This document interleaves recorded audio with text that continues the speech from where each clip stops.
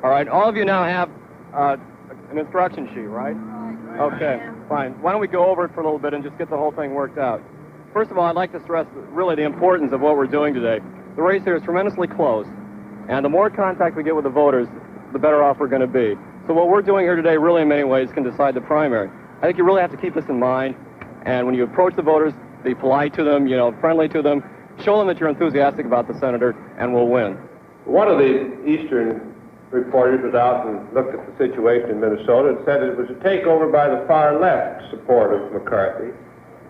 Well, I pointed out to him that half of the people, roughly, at the caucuses in St. Paul were nuns in civilian clothes.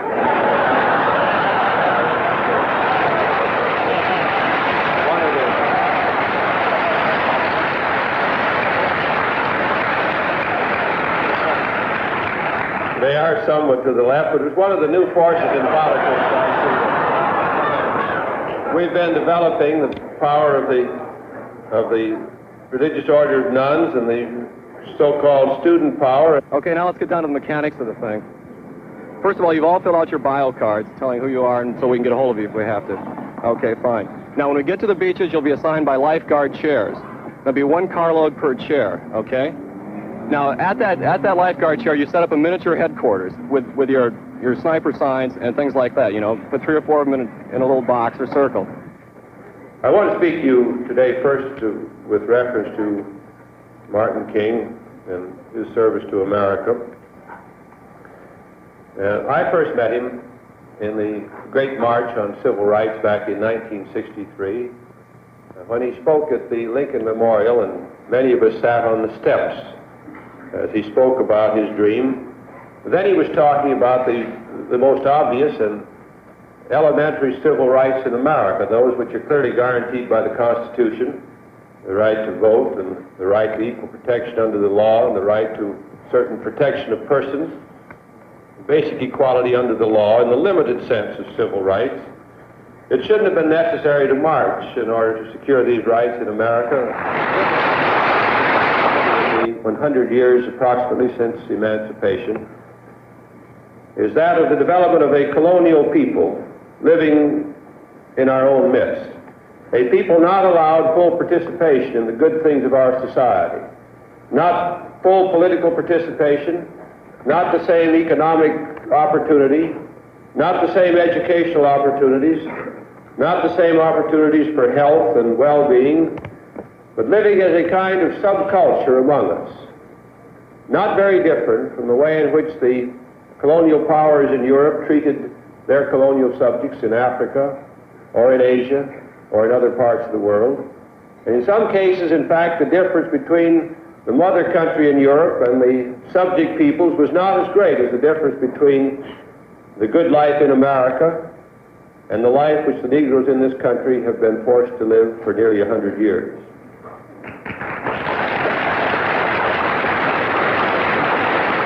Therefore, we seek to build in our effort a new constituency, not of the old interest, and a constituency which is willing to use the only truly human instrument we have, that of our own reason, to deal with our problems. On the one hand, to protect and to preserve the integrity of the essential institutions of our government, those defined by the Constitution, to preserve the courts from abuse, to assign to Congress its proper responsibilities, and to draw the line between the Congress and the executive branch of the government.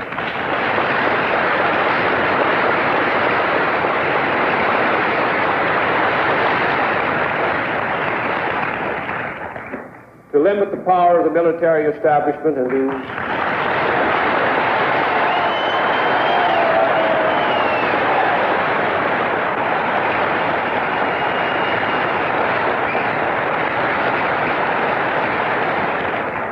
and also to prevent the growth and the strengthening of those agencies which have become almost a law unto themselves.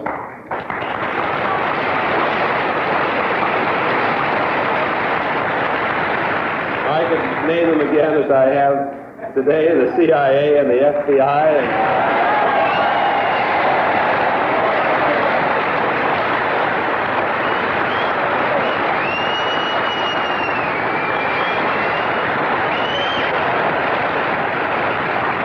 And also of course, the draft system and gender hierarchy. Introduce yourself as a volunteer for Senator McCarthy, and explain why you're supporting him, and ask them if they have any questions about where he stands, if they'd like to discuss his position on the issues, and then talk to them about it. Never argue with them, because that's a tremendously difficult thing, and everybody has their own opinions.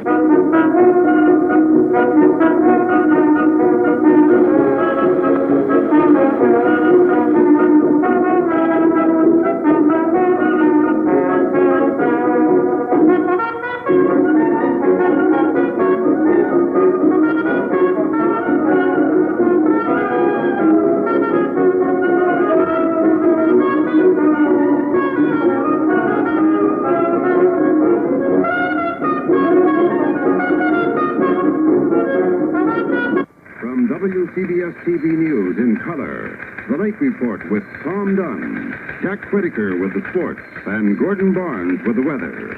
Here is Tom Dunn. Good evening. With the life of Senator Robert Kennedy still hanging in delicate balance tonight, President Johnson addressed the nation to express his shock and dismay. What inspired the attack on Senator Kennedy is not known, he said, but it is known, he added, that he has been senselessly and horribly stilled.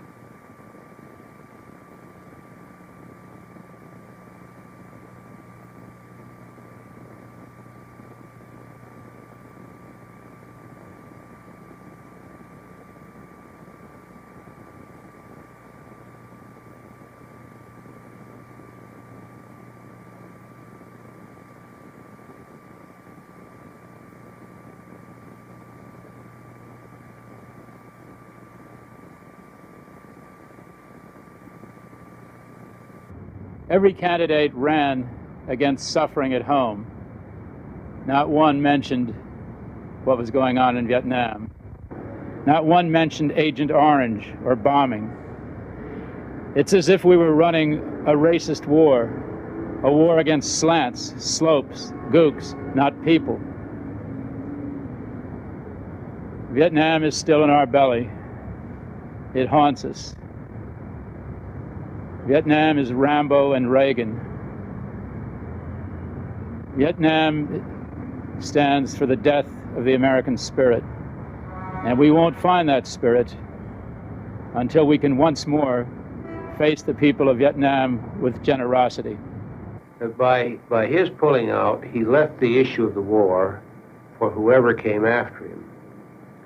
A little bit, I think, as though you said on a rising tide you had an anchored boat and you went out and cut the anchor rope, which meant that the boat floated free. Otherwise, the boat would have gone down as the tide rose. So he cut it free, and both Nixon and Humphrey then had to carry the issue of the war in Vietnam for him through the campaign of 1968. And in consequence of his withdrawing, the whole possibility of having, and this was unrelated to the entrance of Senator Kennedy, even if he had not been assassinated, that I think that this would have been the result of the Johnson withdrawal. Whoever ran would have had to run with the position that Johnson had held to on the war in Vietnam, and whether he was Republican or Democrat, and that's what happened, both Humphrey and Nixon, and we find that both of them today are still really carrying on. They're still in the same rowboat that was left there for them when Johnson cut the anchor rope. I think that Gene McCarthy did two things which hurt him during the summertime. One, he underestimated his own strength, and as a result, he did not fight hard enough. And second, I think he was very upset by the death of Senator Kennedy, and I think he permitted this to influence him more than perhaps it should have, considering the fact we were trying to win on the issues, and it was just that kind of a campaign.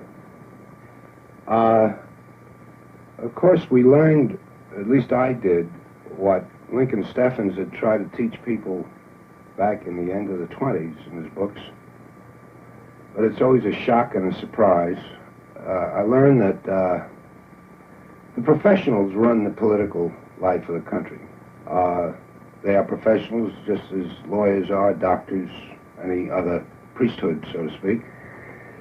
They don't want amateurs, laymen, and other ignoramuses to get mixed up in this thing, accepting enough so that it looks like the people are involved in it. Bailey is a good example. He's the head of was the head of the Democratic Party nationally and in the state. I think Steffens was right, and it was quite obvious. He isn't a bad guy as guys go, I suppose. He's a professional, and that means that, well, the best way to express it is what he said early on in the thing. He said, well, the convention is all sewed up. It's going to be LBJ, and that's it.